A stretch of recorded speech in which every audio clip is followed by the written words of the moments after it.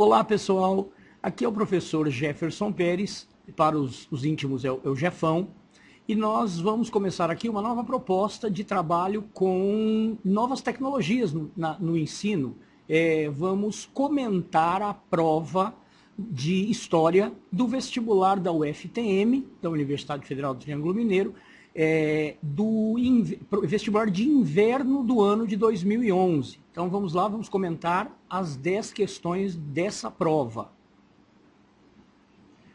Aqui, meninos, começamos na questão 34. Né? O vestibular da UFTM, ele é uma prova, a prova de História é uma prova muito tradicional, é uma prova sem surpresas. Inclusive, na distribuição das questões, sempre começando com questões de história antiga e avançando cronologicamente para as questões de história contemporânea. Aqui, a primeira questão, a número 34, vocês podem observar uma questão de história antiga, antiguidade oriental. A primeira questão, já uma questão referente ao Egito. E aqui o texto introdutório do Ciro Flammarion Cardoso.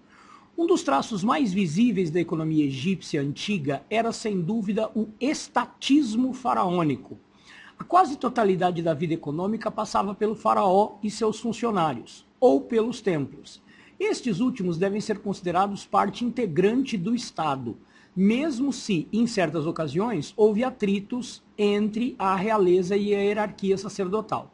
As atividades produtivas e comerciais, mesmo quando não integravam os numerosos monopólios estatais, eram estritamente controladas, regulamentadas e taxadas pela burocracia governamental. Aqui dá para vocês terem uma ideia, claro, o texto ele fala por si mesmo, né? Inclusive, como vocês podem observar aqui, ele diz, a partir do texto conclui-se que o Egito Antigo. Então, é sempre pensando dessa maneira. Nós temos que tirar a informação do texto. Né? Em certas ocasiões, eu sempre digo aos meus alunos que é mais uma questão de interpretação de texto, de entendimento de texto, do que um conhecimento de história propriamente dito. Vocês veem aqui, olha, estatismo faraônico. A economia, hoje, né, falamos tanto a respeito de liberalismo, não intervenção do Estado na economia, isso não tem a ver com a realidade do Egito Antigo e com as sociedades do modo de produção asiático em geral, onde há um rigoroso controle do Estado na economia, e ele nos dá outra informação aqui, ó. Estes últimos devem ser considerados parte integrante do Estado. Quer dizer, estes últimos o quê? No caso, a casta sacerdotal. Então ele está dizendo o quê? Que a religião está associada ao Estado. A religião é parte do Estado.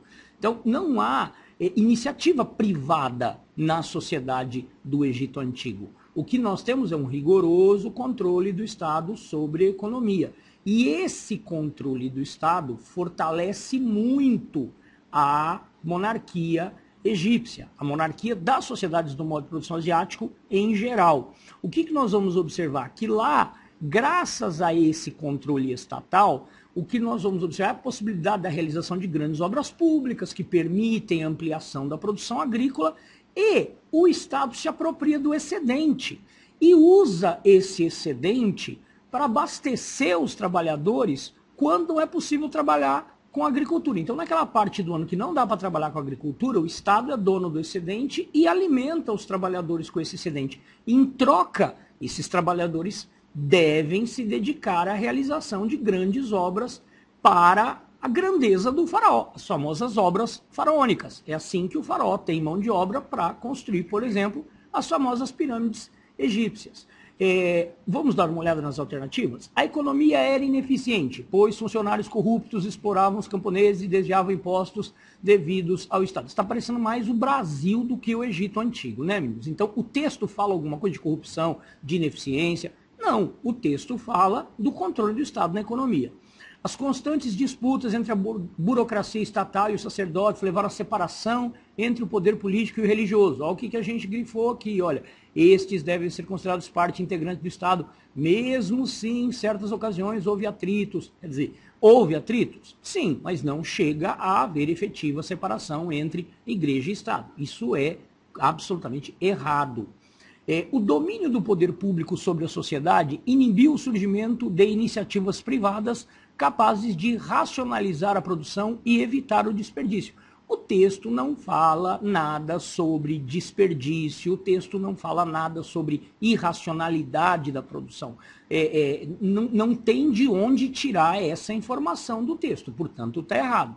A cobrança de impostos constituía-se na principal atividade do Estado, que não dispunha de exército organizado para enfrentar inimigos externos. Uma tremenda de uma tolice, né? Não existe um Estado organizado sem um exército organizado.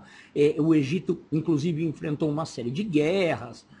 Não existe um Estado centralizado sem a criação de uma força de repressão, uma força de coerção que mantenha esse Estado, ainda mais um Estado autoritário, em funcionamento. Portanto, está errado. A organização da economia garantia ao Estado o controle dos excedentes de produção, que se constituíam um importante fator de poder político, certíssimo. Portanto, olha aí, é a alternativa E que fala a respeito dessa questão do controle do Estado na economia. Perfeito, portanto, vamos lá. Está morta essa questão. Vamos a número 35. Essa número 35, a gente vê o mapa, né? Olha aqui o que nós podemos observar.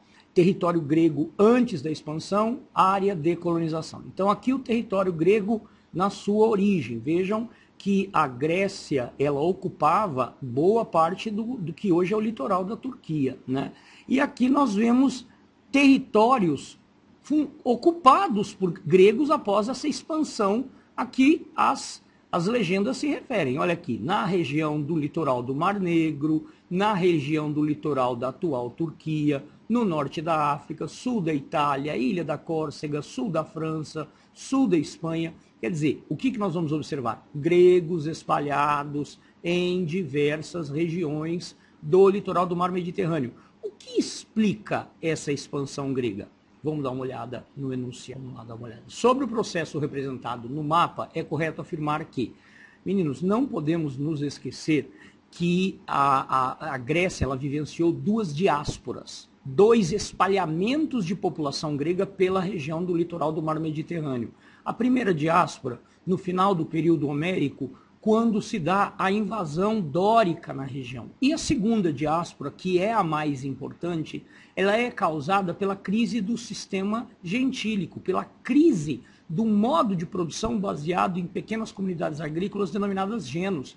Tinha gente demais na Grécia, faltava terra, o pessoal, esse excedente populacional se espalha rapidamente e vai se fixando nessas colônias que os gregos fundam e que são extremamente importantes e até para a difusão da cultura grega na região. Eu costumo dizer o seguinte, tem tantas cidades gregas na Grécia quanto fora dela, por conta desse processo de expansão que é fruto basicamente da falta de terras, do excedente de população.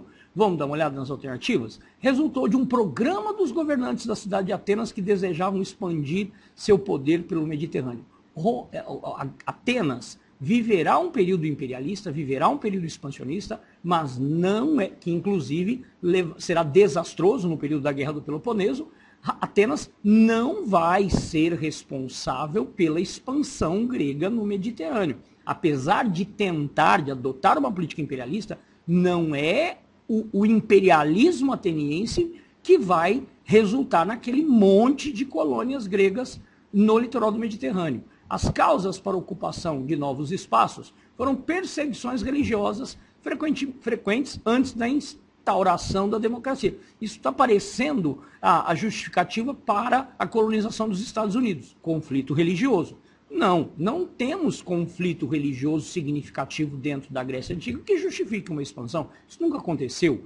O excedente populacional da Península Balcânica desempenhou papel importante na busca de oportunidades fora da região. É exatamente isso. Como na Grécia Antiga, até um período bem recente, ainda existia escravidão por dívida, ser pobre na Grécia era um risco muito sério. Muita gente procurou saída fora da Grécia.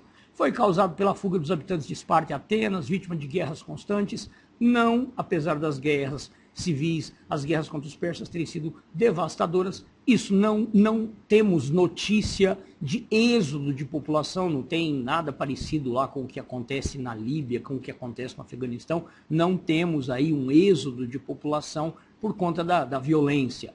As novas colônias eram subordinadas às metrópoles e forneciam matérias-primas para a indústria. Olha isso, indústria. O que o cara coloca aqui? É como se a Revolução Industrial tivesse acontecido na Antiguidade.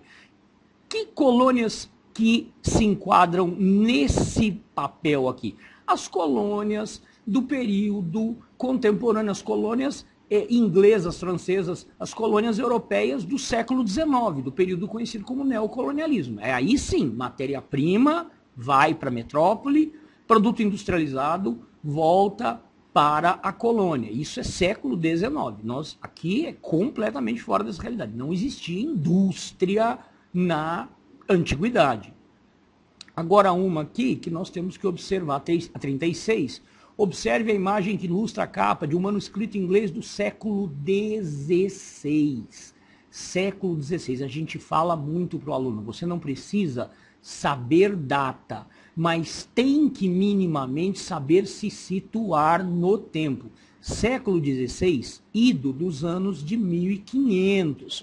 Brasil, chegada dos portugueses ao Brasil, 1500. Chegada de Cristóvão Colombo à América, 1492. Queda de Constantinopla, 1453. Portanto, no século XVI, nós já estamos na era moderna.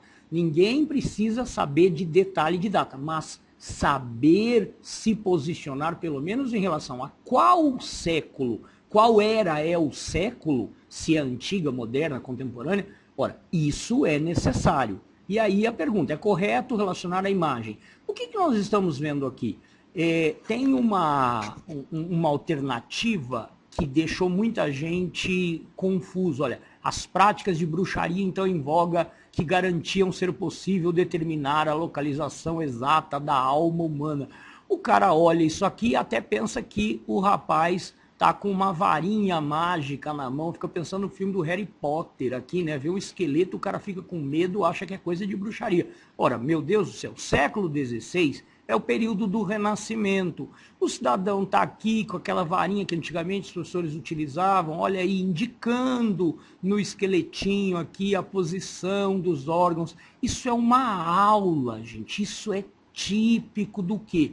Do período do renascimento da cultura, da ciência, da busca pelo saber. Isso é típico da Idade Moderna. Então vamos lá. É correto relacionar a imagem com práticas em vigor na Idade Média. A Idade Média já tinha acabado, século XVI, a Idade Moderna. Período no qual se incentivou o estudo do corpo humano por meio da dissecação. Na Idade Média era proibido, você podia ser queimado vivo pela Igreja Católica se você dissecasse um corpo humano. A prática da bruxaria, a gente já falou que isso é bobagem, coisa de bruxaria é muito mais típico da Idade Média, e esse negócio de procurar a localização exata da alma humana parece piada.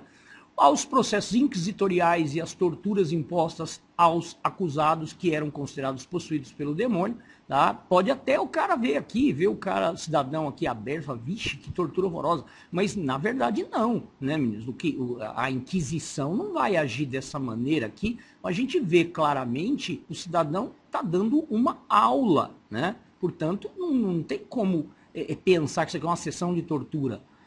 A crença na razão e na capacidade humana de compreender os processos naturais e biológicos, postura típica do Renascimento perfeito. É isso aí, portanto, meninos, alternativa D.